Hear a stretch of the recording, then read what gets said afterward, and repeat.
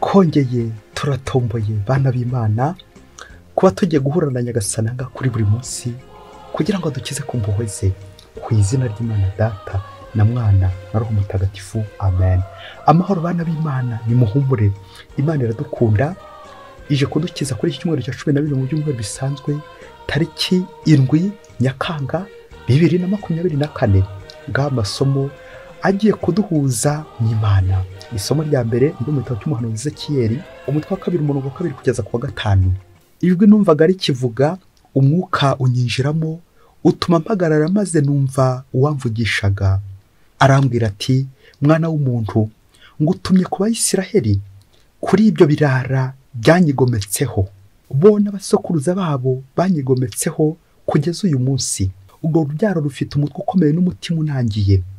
Ndagutumye ngo uzarubwire uti, niko Nyagasani Uhoraho avuze. Bakumva cyangwa batakumva, kuko ari nyoko y'ibirara, ariko nibura bazamenya ko bari mu muhanuzi. Iryo ni ijambo ry'Imana. Zaburi 123. Amaso yacu tuyahanze Uhoraho, dutegereje ko ari butugirire impuhwe. Nubuye amaso ari we ndangamiye, wowe uganje mu ijuru, nk'uko abagaragu bahanga amaso ibiganza bya shebuja. Nk'uko umuja adakura amaso ku kiganza cya nyirabuja, ni nako natwe amaso twayahanze Uhoraho Imana yacu, dutegereje ko ari butugirire impuhwe. Tugirire impuhwe Uhoraho, tugirire impuhwe, kuko twahagijwe agashinyaguro. Tumaze guhazwa agasuzuguro k'abirasi n'agashinyaguro k'abikuza. Amaso yacu tuyahanze Uhoraho, dutegereje ko ari butugirire impuhwe. Isomo rya kabiri niryo muri 2 Pawulo Mutagatifu yandikiye Abanyakorinti, umutwe wa 12 umurongo wa 7 kugeza ku wa 10. Bavandimwe, kugira ngo ibintu bihanitse nahishuriwe bitantera kwirarika, nashyizwe umugera mu mubiri, ariyo ntumwa ya Sekibi, ngo ijye nkubita nirinde kwikuza. Ibyo byatumye nsaba Nyagasani gatatu kose ngo ankize. Maze aransubiza ati, ingabire yanjye iraguhagije, kuko ubasha bwanjye bwigaragariza cyane cyane mu banyantege nke. Niyo mpamvu mpisemo kwiratira mu ntege nke zanjye, kugira ngo ubasha bwa Kristo bunyituriremo. Bityo mpimbarwe mu ntege nke zanjye, mu bitutsi, mu mage, mu bitotezo, no mu ihagarikamutima mbigira Kristo. Kuko igihe cyose mba mfite intege nke, aribwo nyine mba nkomeye. Iryo ni ijambo ry'Imana. Nyagasani Yesu nabane namwe. Amagambo mu Ivanjili ntagatifu kwanditswe na Mariko, umutwe wa 6 umurongo wa 1 kugeza ku wa 6. Muri icyo gihe Yesu ajya mu karere k'iwabo, abigishwa baramukurikira. Isabato igeze, atangira kwigishiriza mu isengero. Abenshi ngo bamwumve baratangara cyane bati, biriya avuga byose abikura he? Buriya buhanga afite na biriya bitangaza akora abikomora he? Uriya si wa mubaji tuzi mwene Mariya, akaba umuvandimwe wa Yakobo na Yozeto na Yuda na Simoni, na bashiki be ntitubatunze? Ibyo bibabera intandaro yo kumwanga. Yesu arababwira ati, nta handi umuhanuzi asuzugurwa uretse mu gihugu cye, muri bene wabo no mu rugo iwabo. Ntiyashobora guhakorera igitangaza na kimwe uretse gukiza abarwayi bakeya, abaramburaho ibiganza. Maze atangazwa no gutemera kwabo. Yazengurukaga insisiro zihegereye yigisha. Iyo ni Ivanjili ntagatifu. Maze atangazwa no gutemera kwabo. Bayoboke b'Imana, Yesu Kristo akuzwe. Aha tugeze ni kuri buri munsi. Ufungure buri munsi, ufungure buri munsi, ufungurire abandi buri munsi ineza y'Imana buri munsi. Muri Kiliziya hari impano nyinshi, ariko ndifuza ko twaca akaronko ku mpano 3 za Kristo, kuko ariyo fondateri, na niyo mpamvu tugomba kumugenderaho kugira ngo dushobore kumva icyo Imana duteguriye kuri uno munsi. Impano 3 zishingiye kuri Kristo watowe, watumwe n'Imana. Kristo, Christos, watowe, watumwe, intumwa y'Imana. Izo mpano 3 zitwa mu Kilatini Trimunera Christi, 3 dons di Christ. Impano 3 za Kristo: munus regendi, munus sanctificandi, munus docendi. Don do gouverner, don do sanctifier, don d'enseigner. Impano yo kuyobora, gutagatifuza ndetse no kwigisha. Kristo umusaserdoti, umwami n'umuhanuzi. Amasomo yose rero aratuganisha kuri iyo mpano. Kristo umuhanuzi, munus docendi, igiye kutwereka uburyo Kristo avuga nk'uwatowe kugira ngo atuvuganire ku Mana. Kristo le prophète, umuhanuzi.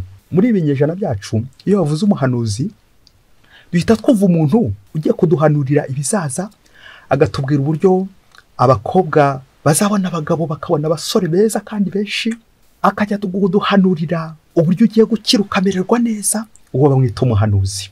Umuhanuzi niwe wundi ukubwira ibintu biri kukubaho, abari kukugira nabi, abari gukoroga, abari gushaka kukwica, abari gushaka kukambanira, bose tukabahuka tukabumva. Umuhanuzi ni umuntu uza twizeza ibitangaza byinshi, agatubwira ati ngiye kubakorera Imana iravuze, kandi bose bazavuga ngo mu izina ry'Imana. Bose tukabahukaho kwa kundi gushaka Imana zivuga. Aho ngaho rero nirinze kuvuga ko ari abahanura b'inyoma, ntago nambeshye, kuko ari abapfumu, ari b'amagendu, ari babandi birukanka ku Mana zivuga. Abo bose rero bitangira babashyushya, ugiye kubona ibitangaza, ariko bikazarangira uri gutangara nyine. Kandi byaba ngabahanuzi twese twashyize mu mutwe wacu, ariko amasomo umunsi arifuza gukubwira umuhanuzi wari we. Umuhanuzi wari we, reka duhera aho ngaho, bityo nuza kumva umuhanuzi nawe umenye icyo wamukorera, umenye abo ujya wumva, umenye n'abandi ujya usuzugura. Umuhanuzi, ijambo umuhanuzi le prophète biva ku ijambo ry'Igiheburayi rivuga ngo nabi, mu Kigereki bikangana prophetas, le prophète mu Gifaransa umuhanuzi. Umuhanuzi rero ngo ni uvugira Imana imbere y'umuryango wayo. Kuvugira Imana, ako kantu mubyeyi, mu Isezerano rya Kera cyane cyane uzasome mu gitabo cy'umuhanuzi Yeremiya umutwe wa 28, aho batandukanya abahanura b'inyoma n'umuhanuzi imbere ya Yeremiya ndetse na Hananya. Umuhanura b'inyoma bakunze cyane cyane kugaruka ikiranga umuhanuzi n'uvuga ibyo Imana yamutumye, yabwirijwe n'Imana, bihuye n'uko Imana ishaka icyo Imana yamutumye.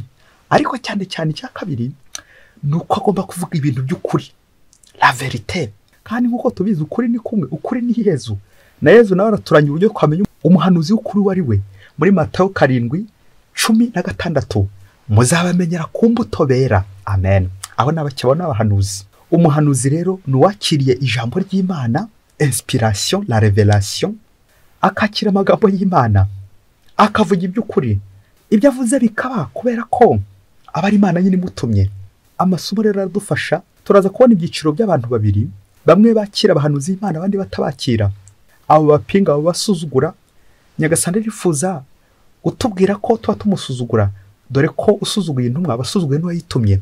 Mu isomo rya mbere twakiye mu gitabo cy'umuhanuzi Ezekiyeli, turumva umuhanuzi Ezekiyeli Imana yatumye. Mbere ya byose Imana ibanza kumwishurira. Ijambo rya mbere twumvise ryitwa inspiration, in spiritus, roho w'Imana akamuzamo. Igice cya mbere, umwuka w'Imana umwinjiramo, bityo rero arahagarara yumva wamuvugishaga. Kwinjirwamo n'umwuka w'Imana, ukumva ibyo akubwira, hanyuma ntubyiherane ukajya kubivuga. Uhoraho rero amutumye iki?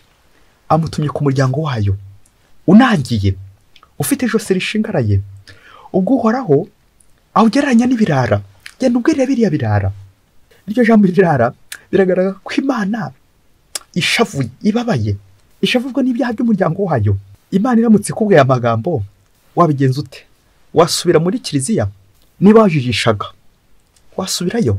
Mwana w'umuntu ngutumye kuba Isiraheli kuri ibyo birara byigometse.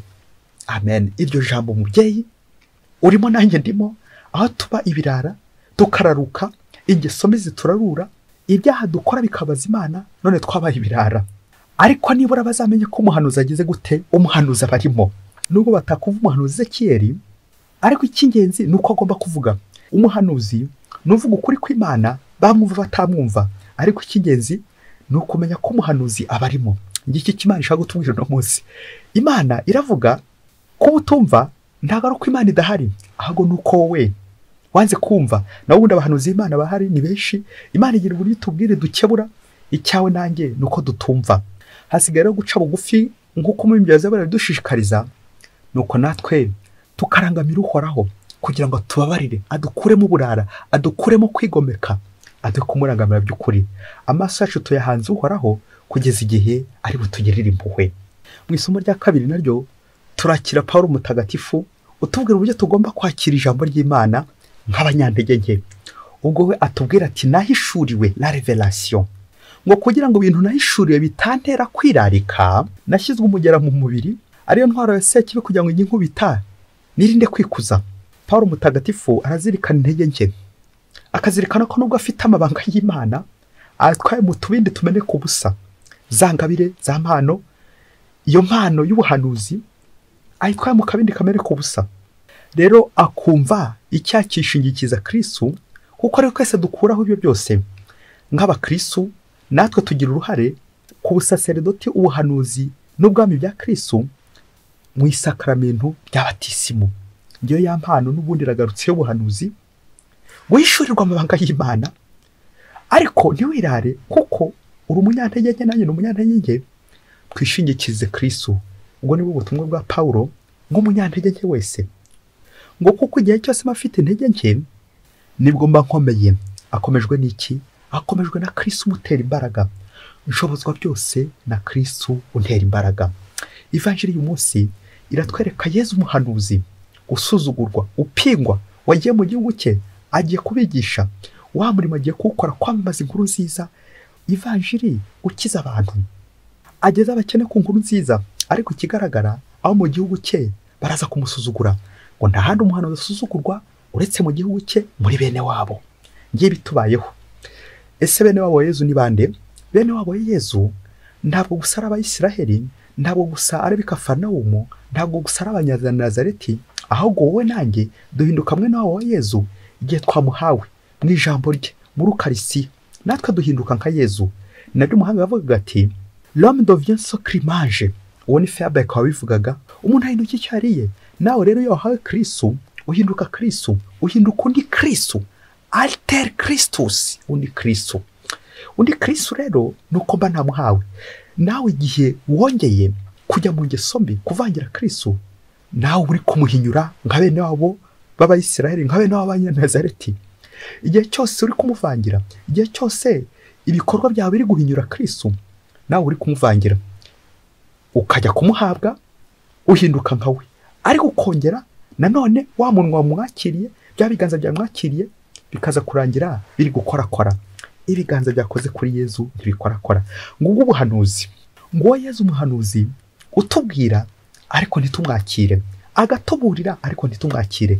Bizarangira ikimenyetso batanze aha ngaha nuko atazahakorera ibitangaza byinshi. Kubera iki? Ukwemera guke kwabo. Azakora ibitangaza bike.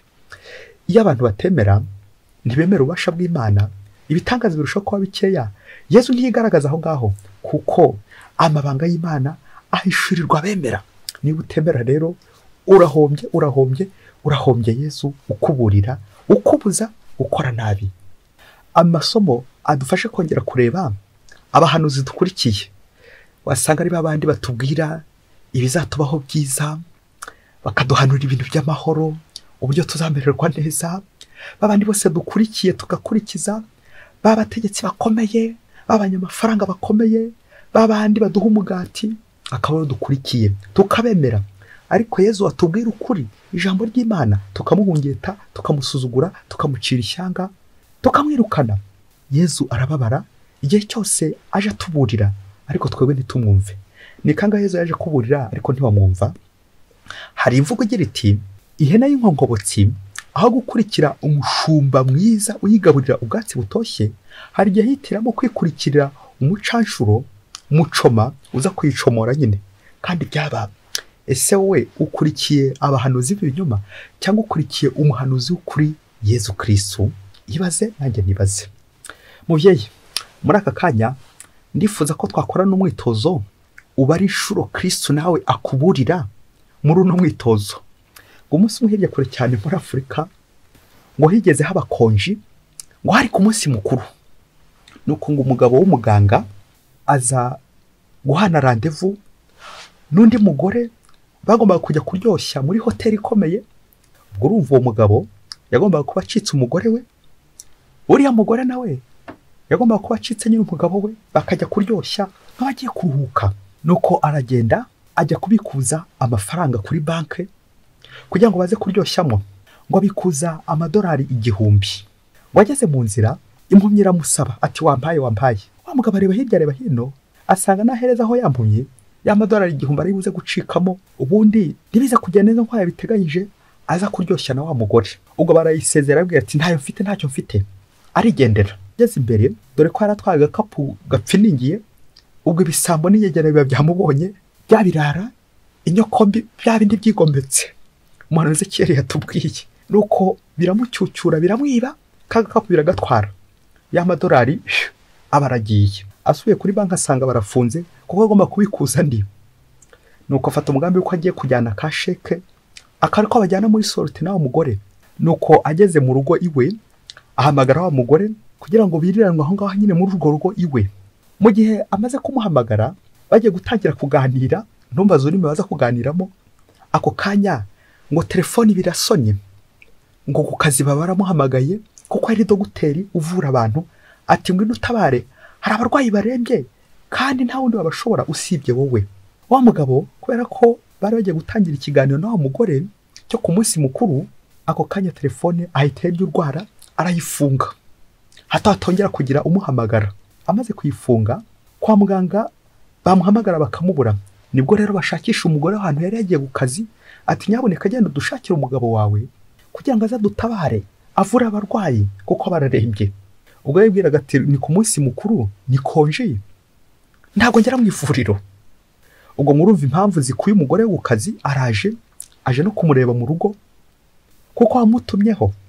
Wa mugore ageze muri rwa rugo rwe asanga undi ari gushaka gutangira gusasa uburiri bwe, bagiye gutangira kuganira.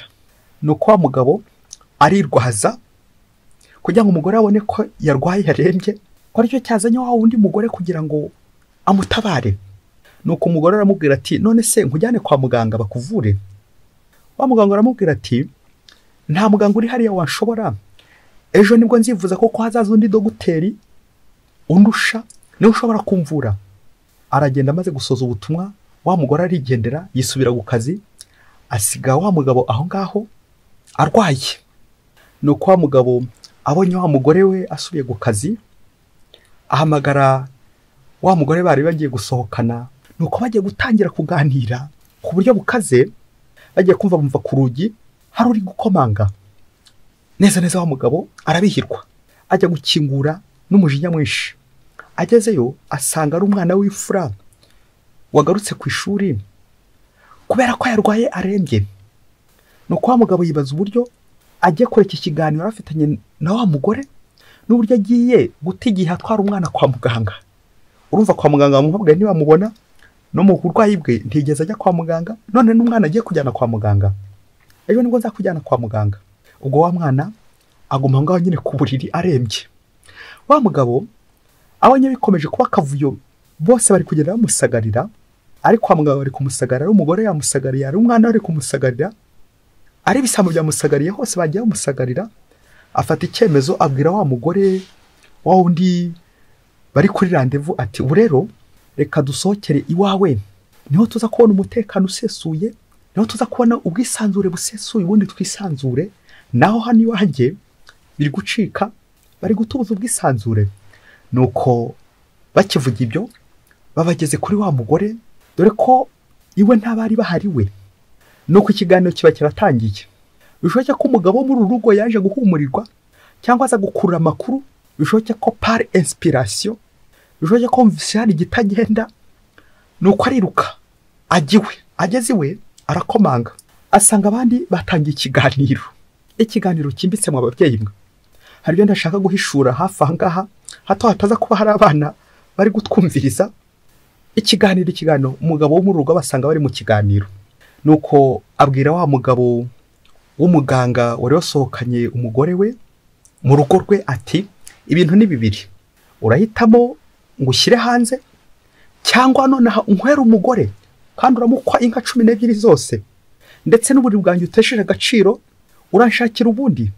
Uzi ko wa mugabo kagasheke yari yitwaje byaje kurangira asinye amadolari 5,000, idolari rya 5 abararisinye, kandi amadolari 5,000 niyo agombaga kwishyura amadeni yari arimo mu rugo, akishyura abana ishuri, akishyura inzu yari arimo n'ibindi byinshi cyane yarakeneye. Ubwo yaratanze atyo, nuko arokoka atyo arigendera asubiriwe n'ikimwaro cyinshi ku maso. bayoboke b'Imana, Yezu Kristo akuzwe. Ushobora kubarura inshuro uyu mugabo yaburiwe, wowe wabonye zingahe? Ongera usubiremo urebe uburyo bahanye randevu n'uyu mugore w'abandi, urebe uburyo byose byagiye byivanga, abagiye bacira gahunda, uko agiye kubikuza amafaranga, aho hose barimo bamuburira, uko impumyi yamusabye, aho hose yari ari kuburirwa, na bya bisambo byamwibye, buriya akiza kubimenya yari guhita arekera aho ngaho. Ukuntu yaje kongera, ukuntu yasibye akazi, muganga ugira konji koko, muganga usiba akazi, nta muganga ugira konji. Ukuntu bamuhamagaye, ukuntu yafunze telefone, hose bari kumuburira, ukuntu umugore yaje kumureba, hose yari ari kuburirwa, ukuntu umwana yarembye, hose yari ari kuburirwa, ukuntu yagiye mu rugo rw'abandi, hose yari ari kuburirwa, ukuntu yagiye gushaka ubwisanzure, hose yari ari kuburirwa.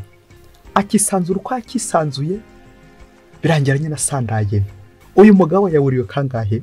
Amatwi ari mu rupfu ntiyumva. None reba igihombo abonye, uburyo ahombye, arahombanye no guhomboka bitabuze. Umukristo umuvandimwe, ni kangahe heza kuburira? Iyo ugiye gukora icyaha, Nyagasani agira uburyo akuburira, agakuburira n'ibimenyetso byinshi, akaguhanurira ukanga kumwumva. Kubera ko Kristo we atifuza ikibi, wowe ntabwo umwumva, uba ushaka uza kuryoshya. Yezu arakuburira, nibwo cyageze umva n'umutima uri kugenda ugukoma hagati, ibi ugiyemo n'ibiki koko? Waretse ibi bintu, nawe uti ceceka, ugacecekesha umutima. Uzamenye ko ari Yezu uri gucecekesha. Igihe umutima uri kugukomanga ugakomeza kugenda wasama, bizarangira usandaye, utumva ijwi rya Yesu, utumva ikomanga. Yezu burya aba yakomanze. Aho se utaniye he n'ab'i Nazareti bamwanze, bakamwirukana, bakamupinga, bakamunyega, bakamusuzugura. Uko niko dusuzugura marayika wa Nyagasani ugenda tuburira, ijwi ry'Imana rigenda rituburira, ijwi ry'imbamutima rigenda rituburira, rya jwi ry'imbere rikubwira riti iki ni cyiza gikora, iki ni kibi kireke. Wowe rero ukanga kuryumvira, wowe ni umuhanuzi wa mubyeyi we. Imana yohereza abahanuzi benshi mu rugo rwacu, ijambo ry'Imana rya buri munsi, ikohereza ibimenyetso, abatuburira, abadukubita ati wakirara wavuye aho ngaho, ariko wowe ntubyumve, ugakomeza unangira umutima. Nyamara Yezu yavuze nuko utamwumvise. Hari ibimenyetso bibiri: ikimenyetso cy'uko umutima uri kudiha, n'ikimenyetso cy'uko iyo gukora nyine gitari kizima, gitari mu murongo w'Imana, utari guhamanya n'ukuri kw'Imana, utari umuhanuzi nyine. Naho niwumva mu mutima ikintu ugiye gukora harimo amahoro, harimo ituze, ni ikimenyetso cy'uko nyine Nyagasani ari aho hantu agushyigikiye, muri kumwe nawe. Nuyumva nta mahoro ikintu kiri kuguha, niwumva umutima uri gukudiha, uzavuga uti reka nirukire Imana, naho ubundi ibyo ngiye kujyamo nta gaciro bifite. Imana iraduhanurira buri munsi nuko dutumva. Ongera bishura ubwo mu cyaha, urebe ukuntu kose Nyagasani yagiye atambutse ibimenyetso bikubuza, bikuzitira, bigufata. Rimwe na rimwe Yezu bijyana n'icyaha akagukubita, wakirara ugiyeho, wacyomanzi we. Yezu agakoresha imvugo ikakanyiri yakoresha mu gihe cy'umuhanuzi kera ati wakirara uri kujya he? Ariko wowe ntiwumve, ugakomeza ukaziba amatwi, ugakomeza ukasama, bikaza kurangira usandaye. Mubyeyi nawe uri kumva inshuro Yezu zose akuburira, Yezu akuburira kangahe ariko kwanze kumva. Nuko rero bizarangira nawe uhombye, uri gukwa. Muri iyi minsi uzasanga hari abakobwa benshi bari mu bucuruzi, birirwa bicuruza, bigize bizinesi. Abagore babaye bizinesi, bamwe bakongera bagakobwa inka 12 13. Ngaba bahanura binyoma. Ngizi ingo zacu ziri gusenyuka kubera ibintu guca inyuma, inkwano bwa kabiri, bwa gatatu, bwa kane. Aho ngaho abagabo bashobora kubihinduramo bizinesi, bakajya bakosha abagore babo. Kandi byaba wasanga uri mu bagore bahindutse igikoresho, igikinisho, igicuruzwa. Wa mubyeyi we, Nyagasani nta na rimwe atakuburira, nta na rimwe Nyagasani atamburira. Ariko njyewe sinjya mwumva, ndamusuzugura. Hari umugani ugira uti iyo inkende igiye gupfa ngo ibiti byose birangerera. Nawe rero ongera urebe ibintu byose biri kunyerera iwawe, urye uri menge, kuko iminsi igisambira baze. Hari n'indi mvugo igira iti ibijya gucika bigucira amarenga. Komeje kukwifuriza kumva ijwi rya Nyagasani, kureka umwuka wa Nyagasani ugakwinjiramo inspiration, kugira ngo uvuge ibyo Nyagasani akubwirije, ukore ibyo Nyagasani akubwiye, ubane n'Imana, ukorane n'Imana, uvugane n'Imana aho kwivangira, uvugira Imana aho kwivuguruza. Twese tubane na Kristo buri munsi, dukora ugushaka kwa Kristo buri munsi. Nimugire icyumweru cyiza, mwese Imana ibahe umugisha. Imana Data na Mwana na Roho Mutagatifu, amen. Padiri Masumbuko Ladislas wa Diyosezi ya Cyangugu.